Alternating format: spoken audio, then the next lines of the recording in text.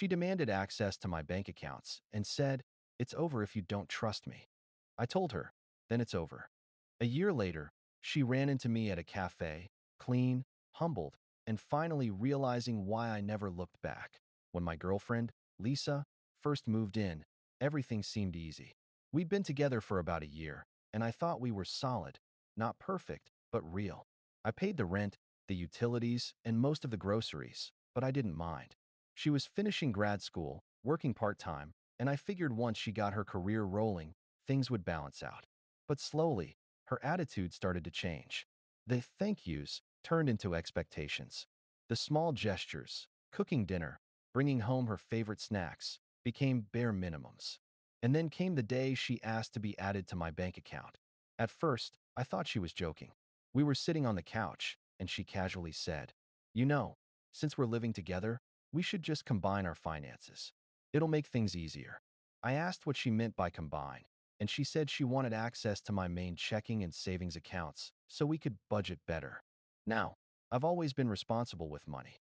I've got a good job in IT, no debt, and a decent emergency fund. Lisa, on the other hand, had a bit of a spending habit: clothes, beauty boxes, takeout, subscriptions for things she barely used. So I told her we could make a shared account for bills and groceries, but that my personal accounts were staying separate. Her face changed instantly. "So, what? You don't trust me?" she snapped. I tried to explain it wasn't about trust, it was just about being smart. But she kept pushing.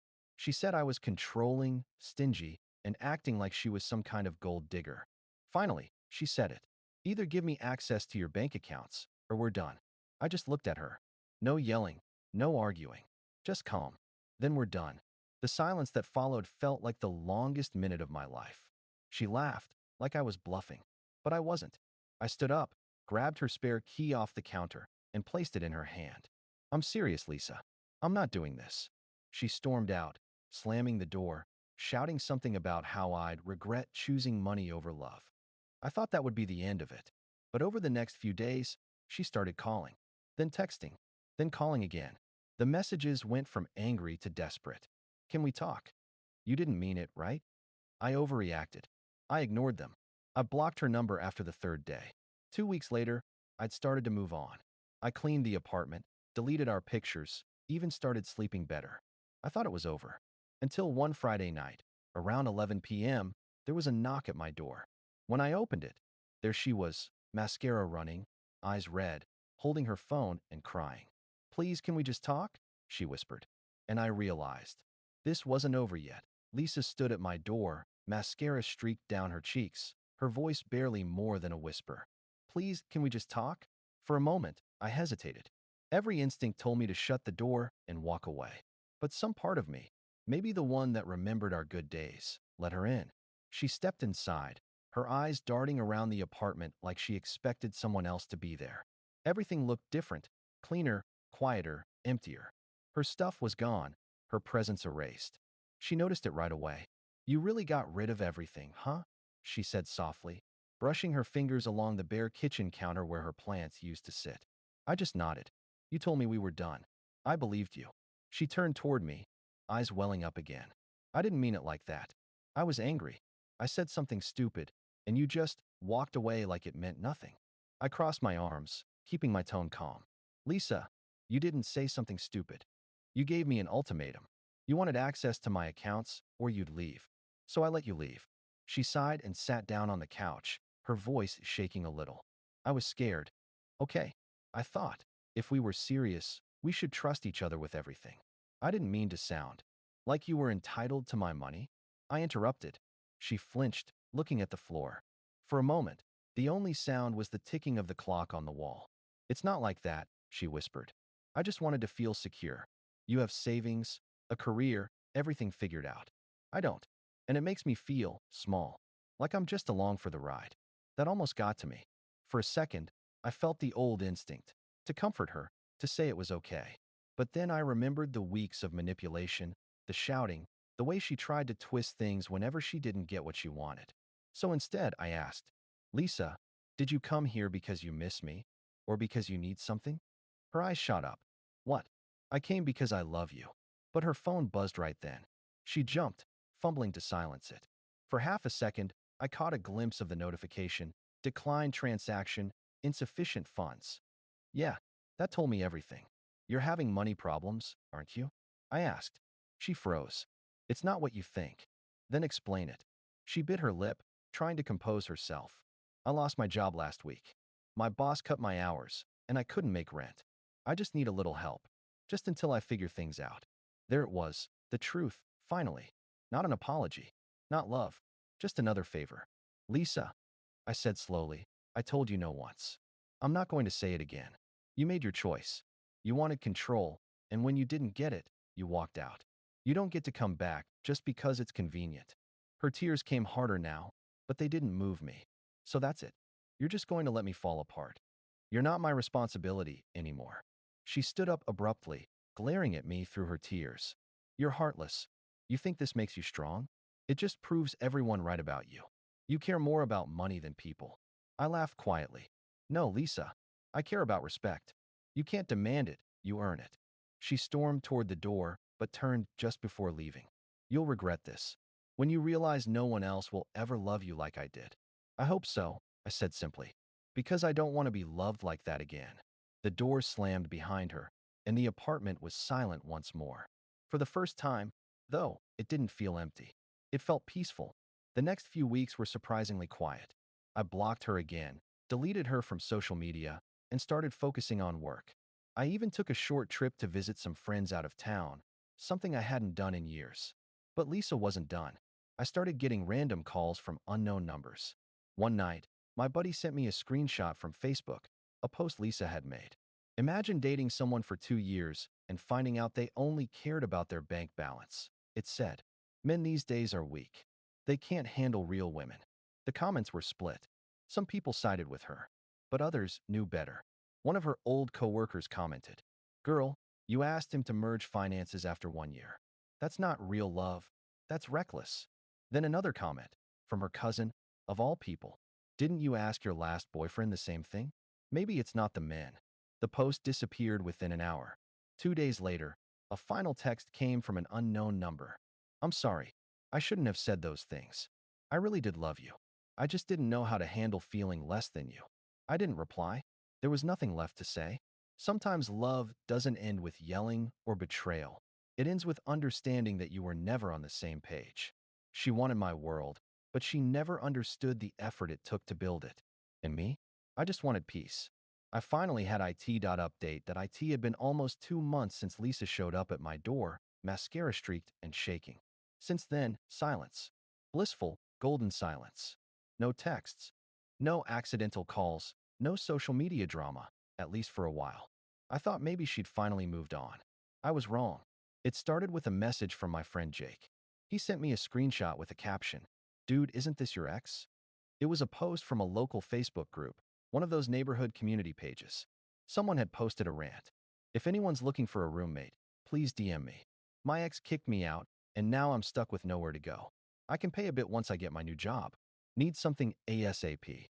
The profile picture was Lisa. I just stared at it for a while, unsure what to feel. Pity? Satisfaction? Closure? Maybe a mix of all three. I didn't comment. I didn't message. I just scrolled past it and went about my day. But the universe wasn't done reminding me of her. A few days later, I ran into her old best friend, Carly, at a cafe downtown. She spotted me first. "Oh my God, hey.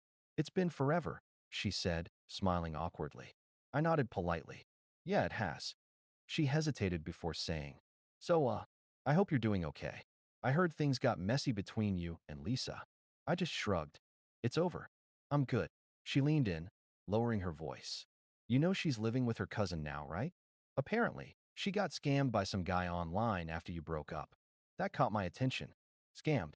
Carly nodded. "Yeah. She met this dude on some crypto investing group. He convinced her to invest a few thousand, said he'd double it in a week. She wired him the money, and poof, gone. She's been struggling since." I didn't say anything for a moment. Part of me felt bad, but another part thought, maybe she needed that wake-up call. Carly continued, "I think she finally realized she messed up. She told me she still checks your profile sometimes. Says you look happier now." I just smiled faintly. "That's because I am." After that, We said our goodbyes and went our separate ways. But her words stuck with me. Lisa, the same woman who once demanded access to my money, had gotten conned trying to find another provider. Life has a funny way of teaching lessons, doesn't it? A week later, I got an email from her. Not a text, not a call, an actual email. Subject line, closure, please read. It started with, "Hey, I know I'm probably the last person you want to hear from, but I just wanted to say I'm sorry, genuinely sorry this time. You didn't deserve how I treated you." I almost deleted it right there. But curiosity got the better of me. I kept reading. I thought money equaled security. I grew up watching my parents fight about bills every week. I swore I'd never live like that. And I think that fear turned me into someone selfish. I took you for granted. I wanted control because I was scared to depend on anyone. But I ended up losing the only person who ever truly cared about me. Then came the part that actually hit a little deeper. I know it's too late, but I just wanted to say thank you. You treated me better than I deserved. I'm getting help now, therapy, budgeting classes, all of it. I'm trying to be better. I hope you're doing okay, and I really hope you find someone who appreciates you. I didn't reply, not because I was angry, but because it was finally enough. That message wasn't for me. It was for her, and I didn't need to be part of her redemption story. Fast forward a few months. I met someone new, Emily. She worked at the same company as a friend of mine, and we hit it off instantly. She was grounded, kind, funny, the kind of person who didn't care what you made or what you drove.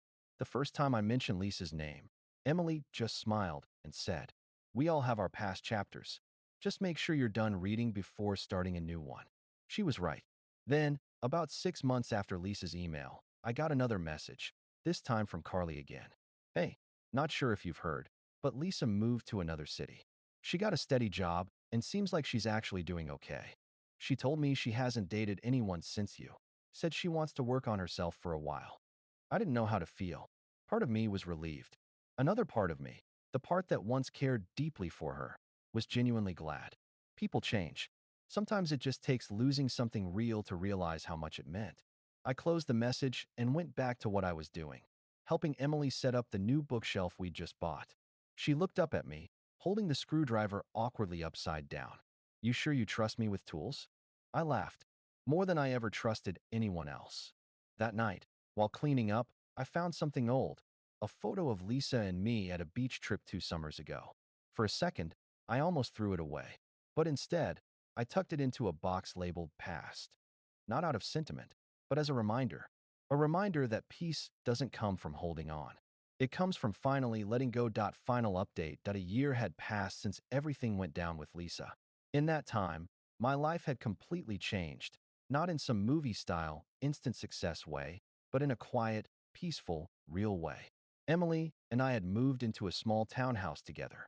Nothing fancy, but every inch of it felt like ours. No drama, no mind games, just comfort and mutual respect. For the first time in a long time, home actually felt like home. Work was good too. I'd earned a promotion, but the best part wasn't the raise. It was being surrounded by people who valued what I brought to the table. After years of being made to feel less than, it was refreshing to finally breathe without walking on eggshells. Life had found its rhythm. Then one afternoon, that rhythm stuttered. I was at a coffee shop near the office, grabbing a drink before a meeting. The place was buzzing, laptops open, baristas shouting orders, people pretending not to eavesdrop on other people's conversations. And then I heard a voice I hadn't heard in over a year. Soft, uncertain, but unmistakable. "James." I froze for half a second before turning around. Lisa. She looked different. Not in the Instagram filter kind of way, but in the real way, like life had stripped away all the gloss. Her hair was shorter, her makeup lighter. She wore jeans and a simple cardigan, not the luxury brand outfits she used to chase. But more than that, there was something in her eyes I'd never seen before, humility. "Hey," I said, keeping my tone neutral but polite. She smiled faintly. "Wow, it's been a while." "Yeah," I nodded. "About a year." There was a short, awkward silence before she gestured toward my cup. "Still take it black, huh?" "Still can't stand sweet coffee," I said, managing a small smile. She laughed softly. It sounded real this time. "You look good, James." "Thanks. You too." She hesitated for a moment before asking, "Can I sit for a minute?" I considered it, then nodded. "Sure."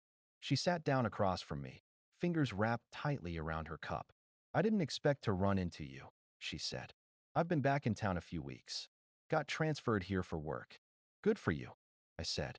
Glad things are going well. She nodded slowly, looking down. They are, actually. Took me a long time to get here, though. I got clean. That made me look up. Clean. She nodded again. Not drugs or anything, but from toxic habits. Overspending. Dating people for the wrong reasons. Needing control all the time. I hit rock bottom after you. Her honesty caught me off guard. I lost friends. My job. My savings. Everything. I had to start over, move to a new city, get therapy, actually listen for once. And weirdly enough, it helped. It forced me to stop pretending I had everything figured out. She looked up at me then, eyes glassy but steady. You were right, when you walked away. I used to think you were just being stubborn. But now I realize you were being done. For the first time since I'd known her, Lisa wasn't performing. No fake tears. No dramatics, just raw honesty. I'm not here to ask for anything, she said softly. I just wanted to say thank you for walking away. It hurt like hell back then, but it's probably the only thing that made me face myself. I didn't know what to say. There was no anger left in me, just quiet acceptance. I'm glad you're doing better, Lisa, I said finally. Honestly, everyone deserves a chance to grow. She nodded, smiling faintly. You're with someone now, aren't you? Yeah, I admitted. Her name's Emily. Her smile widened slightly. She's lucky. You always did give too much of yourself. I hope she gives it back this time. I chuckled softly. She does. There was another silence. This one more comfortable than awkward. Then she stood. Well, I won't take up your time. I just wanted to say what I needed to say, and to wish you peace, I guess. You too, Lisa. She hesitated, then held out her hand. I shook it. Firm, brief, final. And just like that, she was gone. When I got home that night, Emily was in the kitchen, humming to herself while making dinner.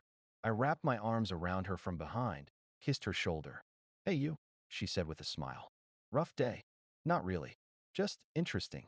Want to talk about it? I paused for a second, then shook my head. No, it's done. I'm just grateful for where I am now. She turned and kissed me, softly. Good. Me too. Later that night, after she'd gone to bed, I sat out on the balcony with a drink and thought about everything. The chaos, the heartbreak, the silence, the growth. Lisa had once been the person I thought I'd build a future with. But sometimes, people aren't meant to stay, they're meant to teach. And she had. She taught me what real love isn't.